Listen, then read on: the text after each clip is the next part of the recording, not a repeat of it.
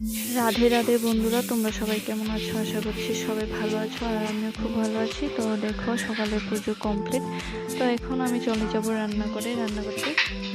অনেক দিন পর আজ ব্লগ নিয়ে এসেছি। তো যাই হোক, তো আজ নিরামিষ রান্না হবে।